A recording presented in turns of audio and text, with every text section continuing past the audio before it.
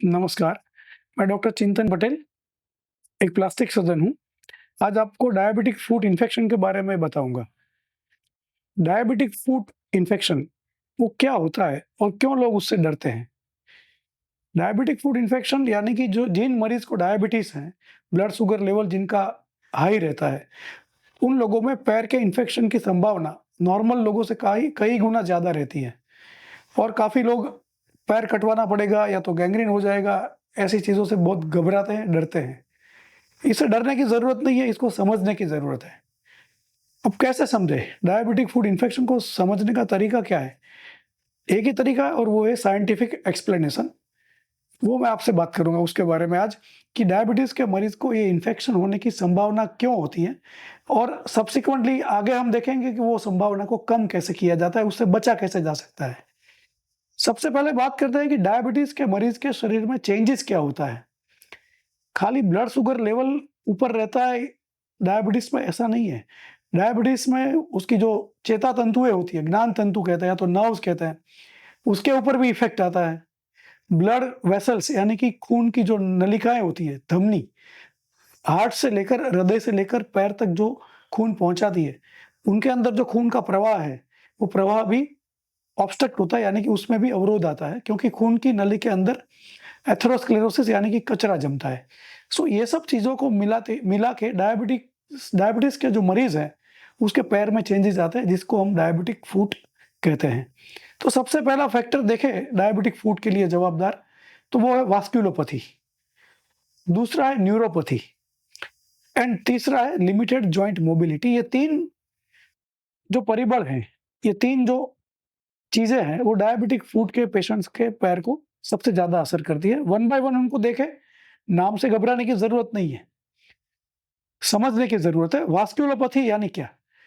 Vessel जैसे मैंने आगे बताया, वेसल यानी कि ब्लड वेसल मतलब कि खून की नलिकाएँ, जो ऑक्सीजनेटेड शुद्ध लोई हृदय से लेकर शुद्ध खून को पैर तक पहुँचाती है, वो नली के अंदर एथेरोस्क्लेरोसिस यानी कि कचरा जम जाता है। और अगर डायबिटीज़ का मरीज़ तंबाकू का सेवन करता है, खास करके बीड़ी या सिगरेट का स्मोकिंग भी करता है, तो खून का प्रवाह और कम हो जाता है और ऐसे लोगों के पैर के अंदर अंगूठे या उँगलियों की जो टोच है या उनका जो छेड़ा है, वहाँ तक खून पहुँचता नहीं है और खून नहीं पहुँचने की वजह से हल्का-सा ज़ख्म भी उनके लिए काफ़ी गहरा साबित होता है और उसमें इन्फेक्शन के चांसेस बढ़ते हैं। कभी-कभी पैर कटवाने की जो वजह है वो वास्कुलोपैथी यानी कि खून नहीं पहुँचने की वजह से भी पैर कटवाना पड़ सकता है। दूसरा जो फैक्टर है या दूसरी जो चीज़ है, वो है न्यूरोपैथी। न्यूरोपैथी यानी जो पूरे शरीर में मज्जा तंतु यानी ज्ञान तंतु का नेटवर्क फैला हुआ है जो कि अपने ब्रेन को शरीर के साथ कनेक्ट करता है। पैर में हमको काँटा चुभता है नॉर्मल आदमी को या का कुछ लगता है कंकर या काँटा, तो इमीडिएटली हमको पता चलता है अपना पैर हम खींच लेते हैं। डायबिटीज़ के मरीज़ का ये जो नेटवर्क है, जो ब्रेन से लेकर पैर के बीच में सेंसरी नेटवर्क यानी कि संदेशा व्यवहार की जो प्रणाली है, उसमें दिक्कतें आती हैं और वो मरीज़ को पैर में काँटा चुभने के बाद भी पता नहीं चलता। गहरा जख्म लेकर भी डायबिटीज़ का मरीज़ एकदम आराम से चलता रहता है। सो ये अच्छी बात नहीं है, क्योंकि ऐसा करने से वो इन्फेक्शन अंदरूनी सरफेस तक और अंदर तक पुश होता है और अंदर तक इन्फेक्शन बढ़ता रहता है। मरीज़ को पता ही नहीं चलता। सो न्यूरोपैथी वो डायबिटिक फूट के पेशेंट के लिए बहुत ही खराब चीज़ है। तीसरा है लिमिटेड जॉइंट मोबिलिटी। हम हाथ के उदाहरण से आपको समझाएँगे। जैसे अपना हाथ है, नॉर्मल मुट्ठी बंद होती है और खुलती है। पेन पकड़ते हैं या कंप्यूटर का कीबोर्ड टाइप करते हैं। ये सब चीज़ें बड़ी आसानी से हम कर पाते हैं, क्योंकि हाथ की जो इलास्टिसिटी है और जो फ्लेक्सिबिलिटी है, वो एकदम नॉर्मल है।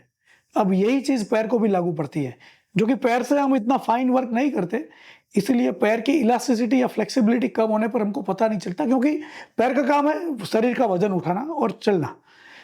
जब तक आदमी चल पाता है उसको पता नहीं चलता कि फ्लेक्सिबिलिटी कम हो गई है। बट डायबिटीज़ के मरीज़ में पैर की ये जो टेंडन्स है यानी कि मसल के साथ बोन को जोड़ने वाली जो सफ़ेद नसें रहती है जिसको टेंडन कहते हैं हम इंग्लिश में, वो टेंडन है, लिगामेंट है या जॉइंट के आजू-बाजू जो सपोर्ट स्ट्रक्चर्स हैं, वो सब के अंदर विकृतियाँ आती है, डिफ़ॉर्मिटी आती है और उसकी वजह से उनकी वेट बेयरिंग पैटर्न में बदलाव आता है। तो डायबिटीज़ के मरीज़ को ऐसी-ऐसी जगह पे अल्सर होता है, ऐसी-ऐसी जगह पे घाव होता है, जो नॉर्मल मरीज़ को कभी नहीं हो सकता।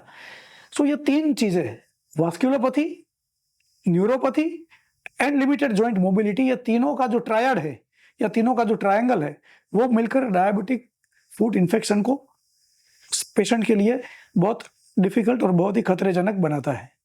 आज के लिए सिर्फ इतना। नेक्स्ट टाइम हम बात करेंगे कि डायबिटिक फूड इन्फेक्शन में क्या प्रिकॉशन रखना चाहिए और इसमें प्लास्टिक सर्जरी का क्या रोल है, वो भी अगले एपिसोड में बात करेंगे।